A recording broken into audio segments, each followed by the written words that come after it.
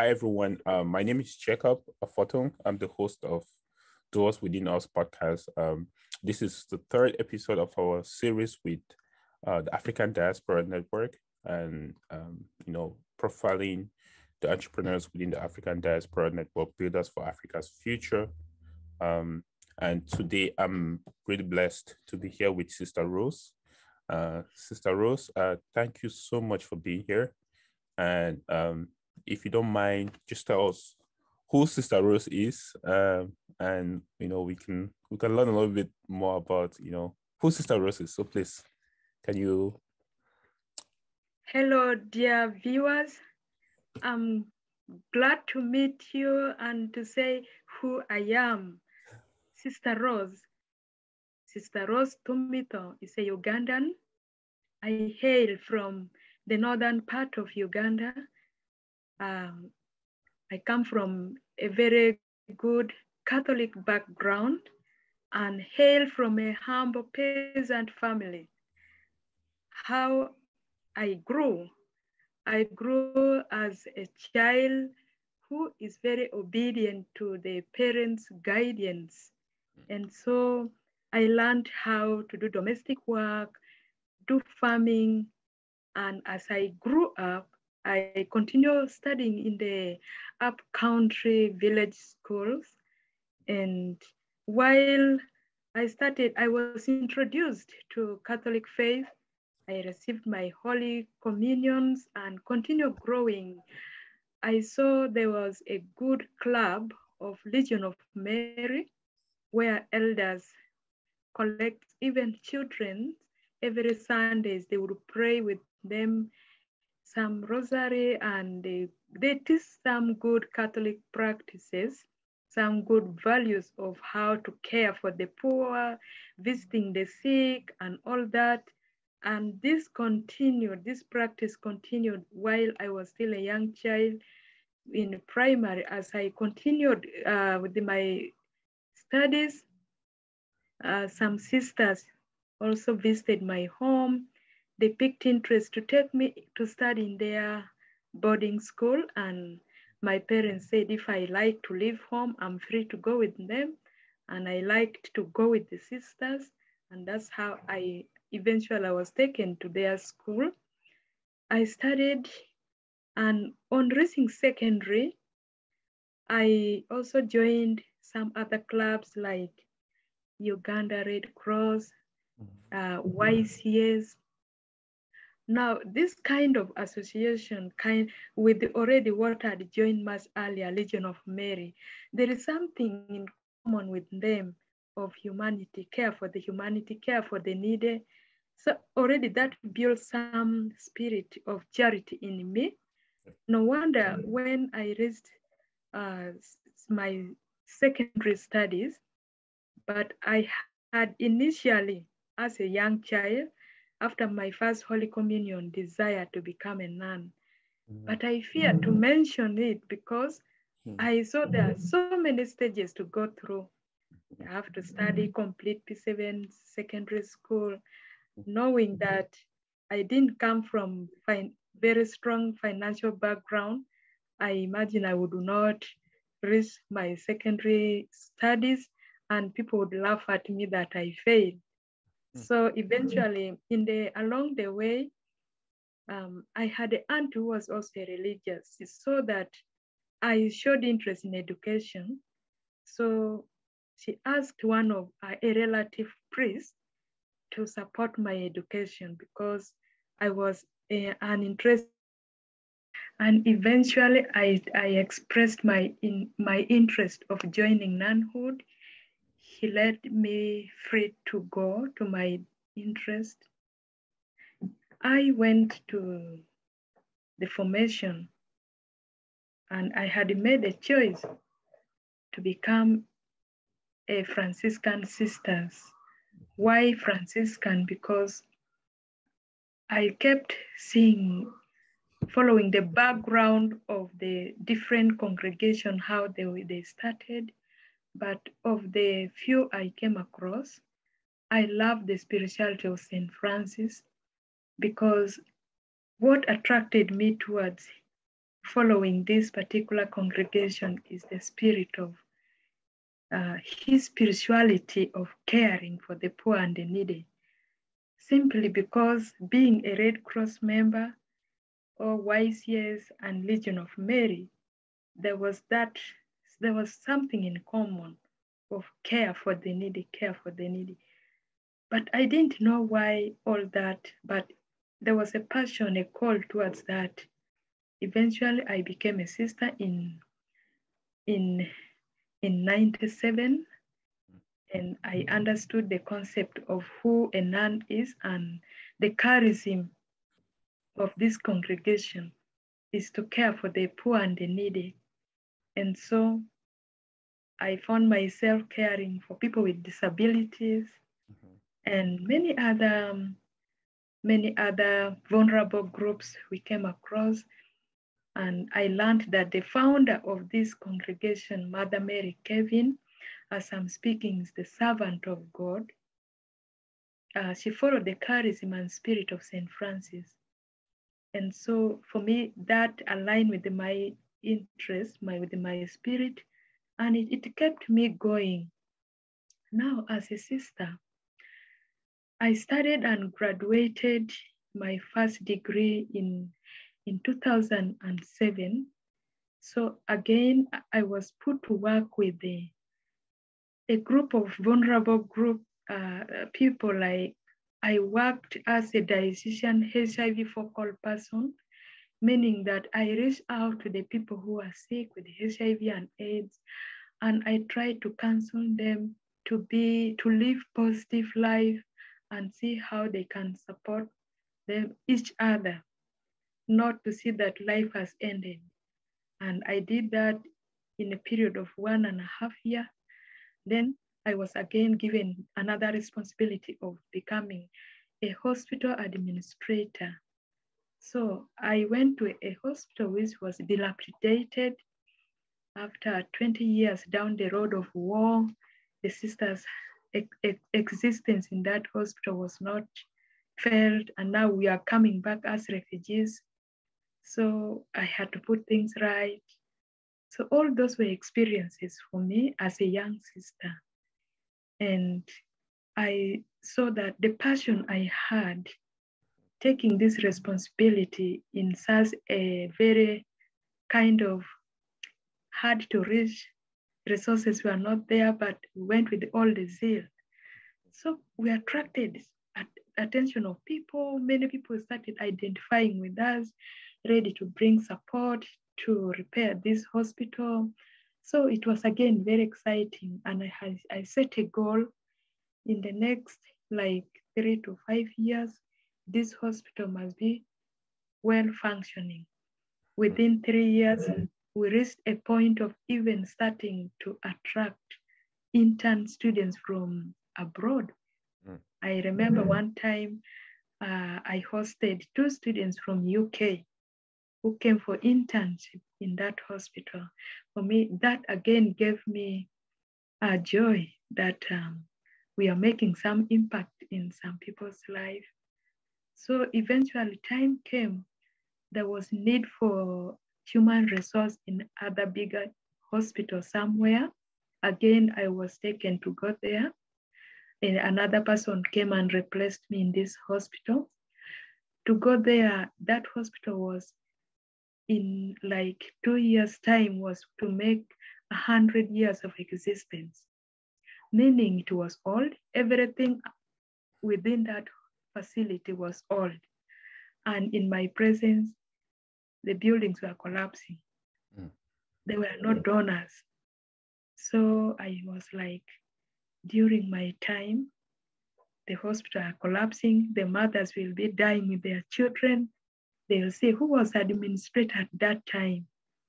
So I had to work hard to see that we attract possible potential donors, friends to come to the board. And eventually they came. The government, local institutions, the friends of that hospital, locally and actually international, people from UK and America. who had known this hospital, they came and saw the needs, and collective efforts were put together that within 1 year, I saw a lot of support came on board, funds were being raised. I noticed there is going to be a lot of fundraising. I've attracted people at all levels. How skillful am I? What language do I speak? I saw knowledge gap in me. I said I must speak professional language and do the right thing, that I will not be taken advantage of by, in Africa sometimes there are smart people who will come to help you, and at the same time they can rob you off. What we wanted to see that the hospital is rebuilt and facelifted. So when the different leadership committees were established, and what the donors needed is good leadership in the place. The board of governors were there.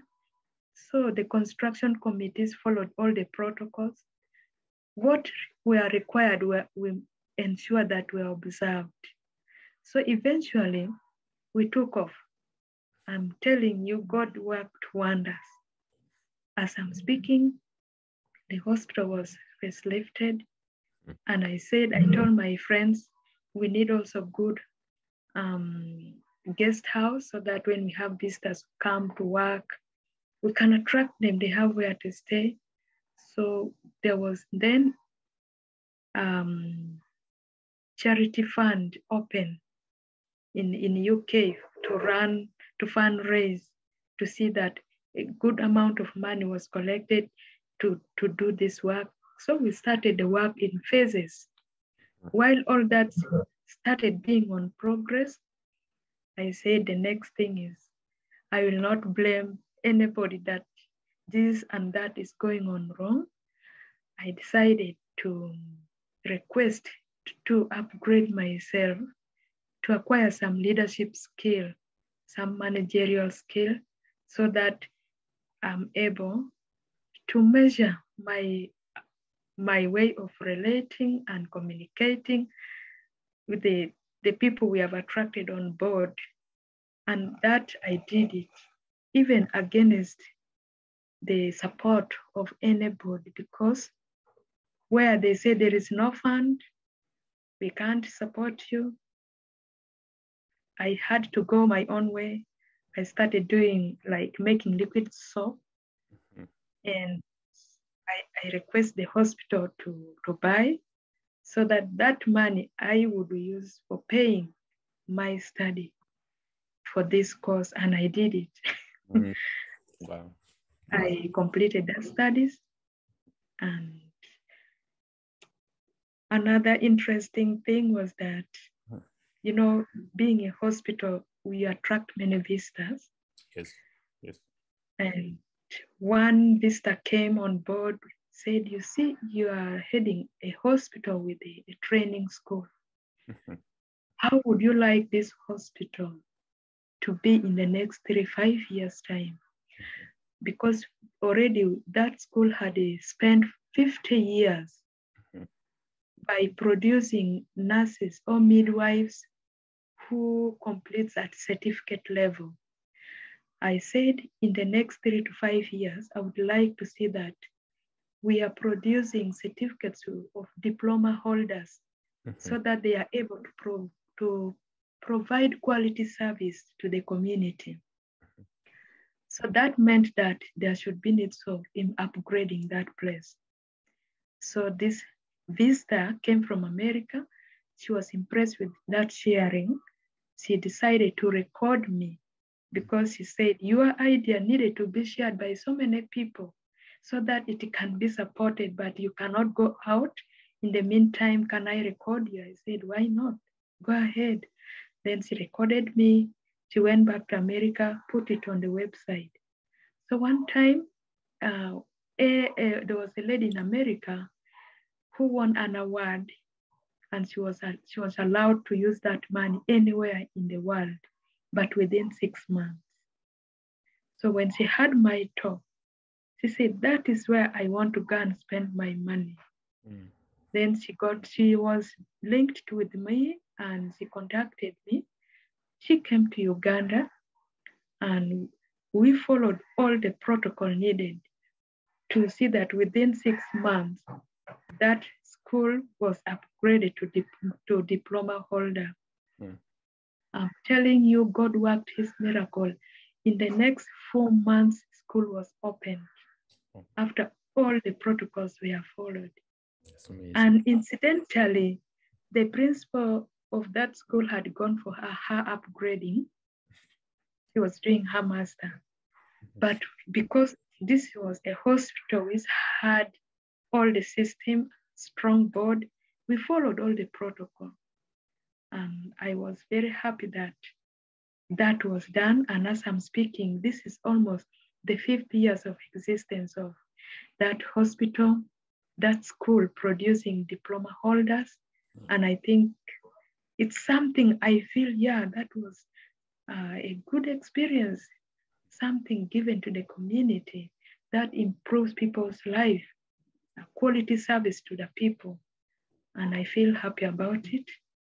Then after that, immediately I left that place, transfer. You know, our life is like of soldiers. I had to go to another service elsewhere. And I went to serve our old sisters. You know, there are those homes where they are retired people. So for us, we have retired home for our sisters who have served our congregation and they are now resting. You go and serve them. And I had good experience again with them. So after that time, after 1 year, again, I went elsewhere for another deployment, whereby I was told to manage a farm. I had actually feared how from the hospital, how do I start managing things like chicken or farm? So I was afraid that when the chickens will die, how will I account that, you know, they have died? I had fear of failure. I never registered failures easily. So I feared to take the responsibility. And in the context of our religious life, it can also be interpreted. Either you are being stubborn or disobedient, those kind of things. Then after a year, I reflected on my actions of fear to take up such assignment. And I felt challenged. It questioned even my vocation, my position. I took 1 year again to go and reflect and pray about everything, about my life. This is like 21 years of service in the Institute. I reached a point of like a crossroad. What next? I needed a rest. So after a rest, I came in terms with everything that's surrounding me. And I felt, yeah, I'm ready now to face my fear. When I came back to my leaders, I was asked, are you ready to take something new? I asked myself, back to the same point. This time, no saying no. My answer was yes. So I was told, okay, we go and start farming. I said, yes, I'm ready. So that is now where we started from, to raise to this journey where you are meeting me. That is amazing. It's all about being a farmer and to understand the season and develop some passion about it. Now, in 2020, you need to stop me, by the way, because no. My story can be an ending. Can we stop? No, I think the next question was to ask, so how did you get into Mother Kevin Providence Social Enterprise, which you just did? Because, Yeah, I'm now starting to eat. That is... Yes. So now, around 2020, the superior generals and the secretary general of, we have Association of Consecrated association of religious within East and Central Africa, with its headquarters in Nairobi. Okay. My superior general was the president by then. So they had a meeting in Rome with Pope. I think they were discussing about the sustainability of religious congregation in Africa. How would religious sustain their evangelization and their institute in the events when things are changing like this? There is donor fatigue. How sustainable are we? In their discussion, they came up with a number of strategies of how religious can be sustainable in Africa. Yes, they rediscover the resources they have. They have the human resource, the personnel, they have land and other underutilized resources. And they came back home to identify people who have the passion, who can do these little things and transform them into meaningful activities, and even transforming our charity works into business, if I can say, in order to be sustainable. Meanwhile, our farm, we had started with some 2-5 chickens. Yes. So when mother came back and shared with us this idea, we were like, yes, we can try. And so Miller Center in America of Santa Clara, in their meeting in Rome, followed up the sisters that they can work closely to see how they can support the sisters too, to enter into social entrepreneurship. Yes. And they started identifying the success story personnel who had already learned entrepreneurship, put into practice, and they were supposed to share with us their experiences in order for us also to learn from them, and they mentor us. So we came, that is a direction that led us to meet one of the young entrepreneur by then called Mark. He's Matt started Eggpreneur in Machakos, and he does well in the rural there. Yes, impacted the lives of people. So he became one of unidentified personnel to mentor us. So Akweka picked up this program and then identified congregations to start with. Okay. We were identified, and we said, given our space, the resource we have, we live in rural urban city, we can manage farming and poultry. Then some sisters identified that they can do coffee and other things. So we started with the poultry. And coming back to our charism is to live the life of gospel to the fullness, following the footsteps of Jesus Christ, which St. Francis did, and Mother Kevin, our founder, reached out to the vulnerable members of the society with the compassion, empowering those with the leprosy, healing them, providing home to the homeless. So we said, we can live our charism using Sisters Blended Value Project to sustain the sisters first, to see that sisters are able to sustain their charism, take care of themselves, their basic needs, and use this model as a way of evangelizing the community, that we can reach out to the community and empower them with the similar skills that we are acquiring. We then identified a vulnerable groups of women, single mothers who are equally suffering, and some of them are HIV and positive. They live a miserable life. So we needed to kind of uplift them. Of course, they are not the only vulnerable groups. We also have other young people who are now in the ghetto world, the lost city. And then we have young girls who are out of school because of COVID. They became parents unpreparedly. So all these people are surrounding us. Mm-hmm. So we wanted to begin with the single mothers and the young people.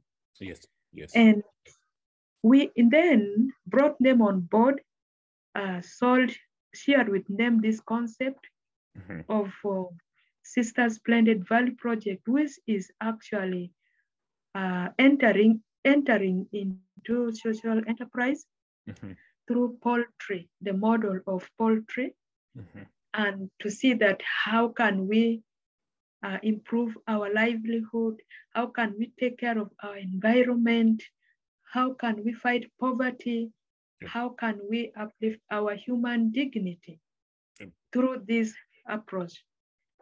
So we brought them, we had already kickstarted. They saw what we were doing. They could now admire and see that if sisters are doing the same, we could also do similar work.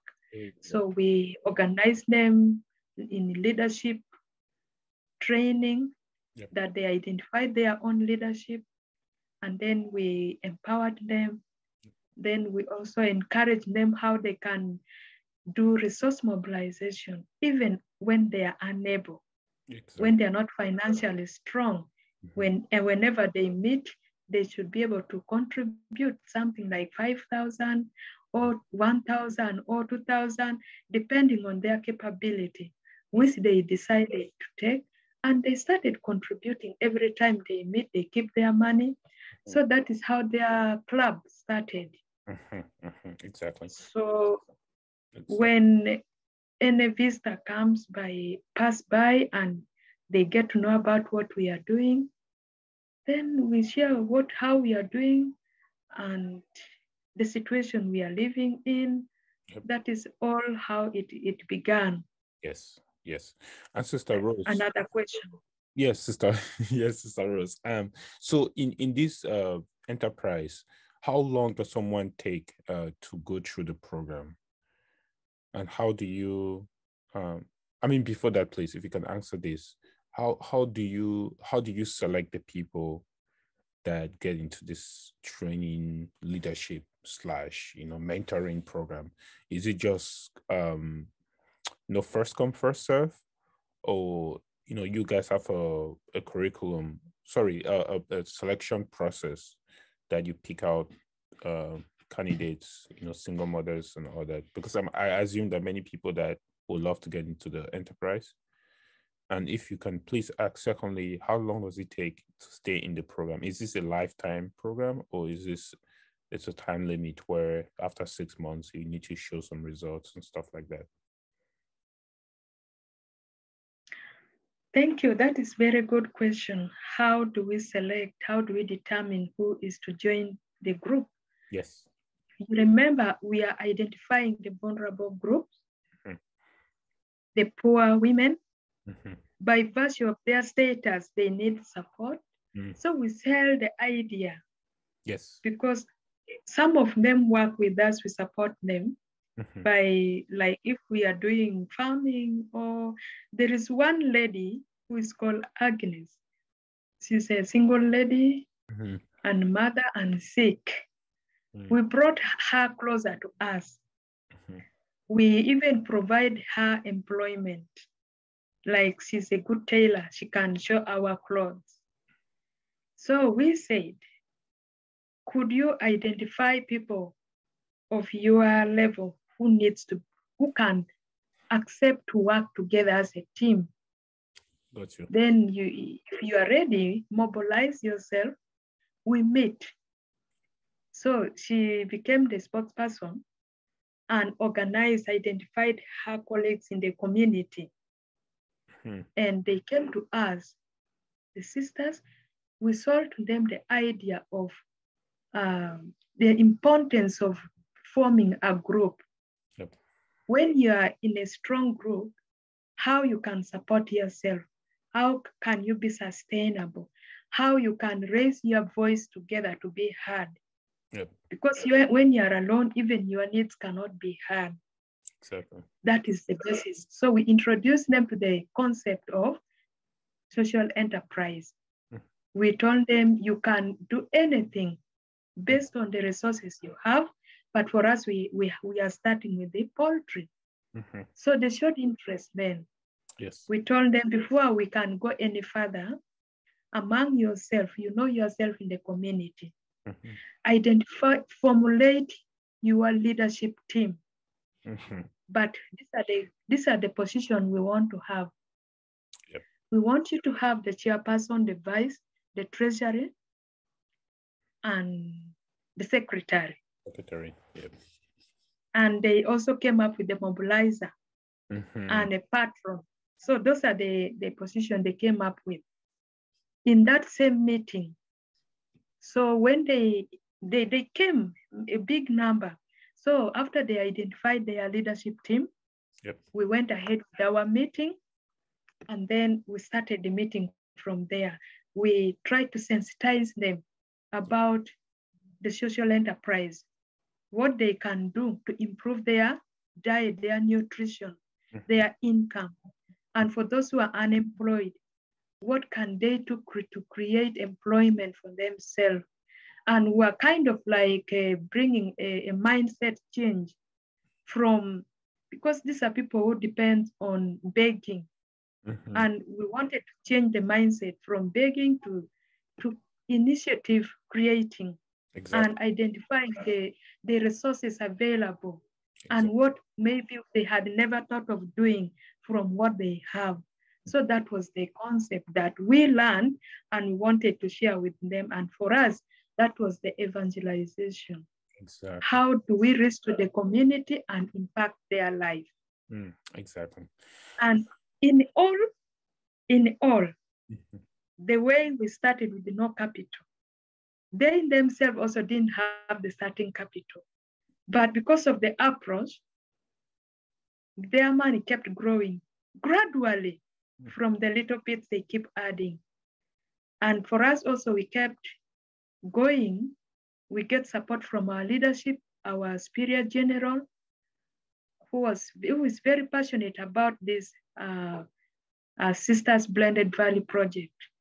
And she kept supporting us, and other savings from the community, they kept giving to help us like kickstart and bring this dream to the reality. And to tell you the truth, when we started, in the next 6 months, we would be able to realize that when you buy chicken can grow within, like broilers, within 2 months. You have sold and you can realize your profits or losses. But if it is layers, it can take more than 4 months before you can start receiving the eggs and all that. So for us, our approach was taking broilers, the one of short term. We even went far and I identified key hotels within Ginger. Ginger is near the source of the Nile. Yes. It has so many hotels, attracts so many visitors. So there is market and there is high population. Yeah. And our approach is to use organic way of raising chicken, meaning we mind of the health and also taking care of our environment, that then the waste from the poultry are taken back to the garden, and perhaps, it keeps recycling to improve the circle. This is our approach, which we encourage the women to start. When they followed it and they raised their chicken, hotel wanted more. So the production became small again. We couldn't meet the demands. Then shortly, COVID came on board. We all went to shut down. When actually we had bought over 2,000 birds, and time came that there was no market. Hotel could not buy because they were not receiving visitors. There was no movement. So all this tantamounted to a total loss. I'm telling you, as we are talking, we have not lost our dreams. We still have strong vision to again start from where the COVID found us. As a matter of fact, some people followed us, local organization. They said, we like what you are doing, but you don't have the money. Mm-hmm. We can give you loan, but at no interest. Yep. That was the another entry of how to start again Mm-hmm. after the COVID. Yep. Yep. I see the internet is becoming stubborn again. I hope it will not cut us. Would you like to ask another question? Yes, Or I definitely. continue? No, definitely. I think I think I wanted to really understand how the enterprise works, and I know unfortunately COVID made things very difficult. I think for now I'm curious as to what are the support you have received so far. How are you thinking about, I mean, with the African Diaspora Network, which you're part of the Africa Builders for Africa's Future? What are some of the support you have gotten, and how can people support you as you're rebuilding? We need financial support. Once we have money, we can scale up our projects. And I have realized that we need now to go diversification. We don't need only to rely on poultry because of so many other factors. In terms of high inflation, high price rise, and all, etc. If poultry fails, we would be able to reap from maybe plantation of maize, cassava, banana plantation, vegetable, horticulture, fruits, etc. And in fact, if we have money, we can even open a very big hotels where we can put our investment for the women group, investment for the sisters group. Yeah. And I'm happy to tell you that just last week, there is another organization who followed us up from local. They want to support us to keep going. They have given 1 week's training for the women group Yep. on financial management, on what it means for women in business. How can they make money? Mm-hmm. What are the challenges Mm-hmm. and the benefit in the business? So in other words, they were being trained how to start business and how to mitigate the risks and proper planning. This was given by this other friend of ours who followed us and who is going to give loan for the women. Loan, which is 2.3 million, but with the no interest. Is Uganda shilling? Yeah, Ugandan shilling.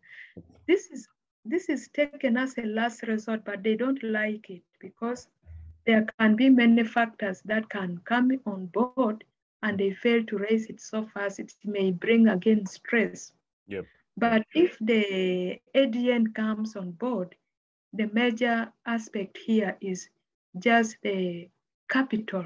Yep. To enable this group to start their business. Mm-hmm. Because the group we have here is a very vibrant one. Mm-hmm. This group of women are very vibrant. Again, the women are divided into categories. Yep. There is these young mothers, the young girls, Mm-hmm. who during COVID also became pregnant. Mm-hmm. They have been frustrated, pushed in corner. Mm-hmm. So they have to be supported, they have to be counseled. Mm-hmm. We also develop curriculum, trauma curriculum, Mm-hmm. guidance to counsel them, to heal them.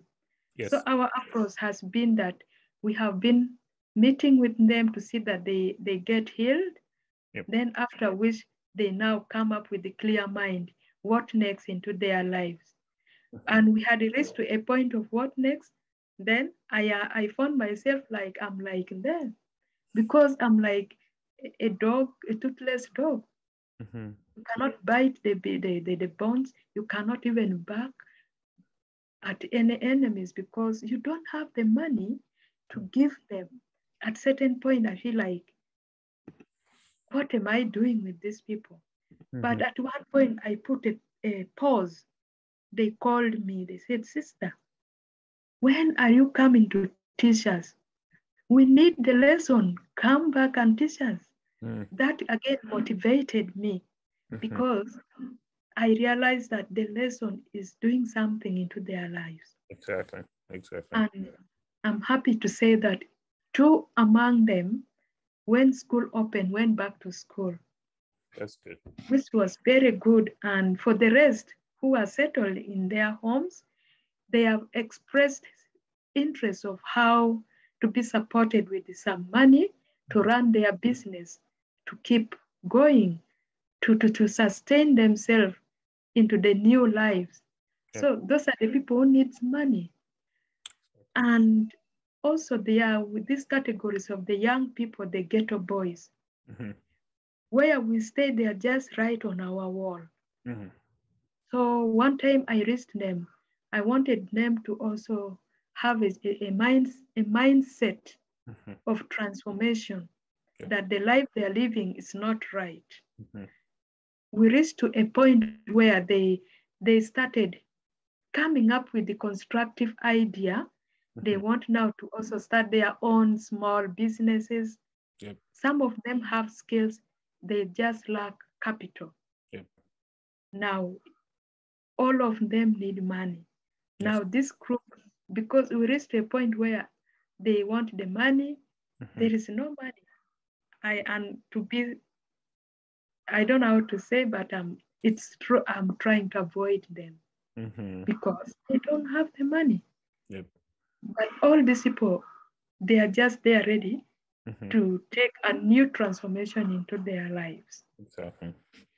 Yeah. Exactly. So I guess I mean with programs like African Diaspora Network, I'm guessing there can be some channel of funding that can come through, right? And maybe on this podcast so you can help share the stories so that people can be aware of what you're doing and potentially reach out to you to get this funding going. I hope so. That will be great. No, I think that's something that I'm praying for, and I think it will be a great way to kind of bring people to the realization that sometimes we need people like you, Sister Rose, to get into the community, and if we can be a support in any way possible, that will go a long way to transform lives in Uganda. And by the way, I've been to Uganda, so I have some idea of what you are talking about. I've not been to Jinja. I've been to Mbarara and Kampala. So okay, you're welcome. So so just to so far, can you just share as we kind of round up the episode here, what is something that you would tell young people who are trying to start a business, right? If you can share with me and with the audience, well, what is something that you wish for people to know about being an entrepreneur? How should they be thinking, and what should they be focused on? What should be something that they should put their mind on and really go for it? Like, what are some of the advice, if I may say, or what are some of the ways people should be thinking about starting a poultry business or starting a small business in Uganda or across Africa? Any tips and advice on that? Yes. Yeah, to my friends and any other potential admirer of the social enterprise, I welcome you to this field. This is the best way of living your life, very meaningful. Even if you are a teacher, a doctor, come back and join the world of social enterprise. So if you wish to join social enterprise, it's very easy. It is stress-free. You need to set your time apart, sit down and plan. Plan what is it that you want to do. See, do you have the resource? And how would you like to do it? Now, also ask yourself, who would you like to interact with or to do business with? Who is going to be your customer per se? because social enterprise also deals with the impacting the lives of the people and also yourself, your life. And there should be also the people. If it is like you are going to sell products, you need to identify who is going to consume your product or where are you going to sell it from. And of course, which type of product. You need to identify what type of products you want to engage yourself in. So all this goes under good planning. And so you need to have your good strategy of how you will do it so that you set your goal Yes. to ensure that you achieve it. Yes. And in doing so, you will meet a lot of challenges. There will be challenges. And at times, you will find that what you have started actually suddenly is not progressing according to your dream. It will, even if there are things like chicken, like what we are doing may even die all. Will that mean that you will stop? No. You have to remain resilient and have the zeal to start afresh. Go out and do benchmarking from those who have successfully made it. Yeah. From them, you learn very good practices and then be able to network with so many people who are in the area of your passion. Above all, you must have passion, you must have commitment, and ready to work. Exactly. Don't work because of somebody, but have self-driven spirit. You will make it, and it's very enjoyable to Mm. do such thing. Thank you. Well, Sister Rose, that's good. That's a good message. Great message, because I feel inspired to to Yeah. get. I'd love to share that. Is there how can we reach out if people want to contact you? How can they reach out to you to support the enterprise? Or I know I'll put in the link to your story through Africa Diaspora Network. But if people wanted to reach out to support, would this be on the website still? I don't know. Um, as a social enterprise, we have account for the sisters. Yes. Whoever wants to reach us, we shall give the account Okay. Okay. for putting the money. If you want to reach me and talk with me, I have my telephone number. I have my Twitter account. I have my page LinkedIn account. I have email, Gmail account. You can reach me in any way possible. Mm. Even you can reach me through Jacob. For sure. For sure. For sure. Sister Rose, I didn't know you have Twitter. You tweet too? I do, but sometimes I'm passive. Oh man, that's so funny. It's good. It's good. Connection is good. I didn't know you were in Twitter. LinkedIn makes sense, but Twitter is it's a very interesting platform. No, but thank you. Thank you so much. I'll put in the links of your LinkedIn, Twitter, and I'll ask people that if you want to reach out to you, they can reach out to me as well, and the people at the African Diaspora Network. And the work you're doing is really, really profound. And I grew up in Cameroon, West Africa, and some of the things you're talking about is something that we experienced back in Cameroon too. And I can personally see how powerful your work with your sisters and through your enterprise can make a huge difference in the local community. So thank you so much, Sister Rose.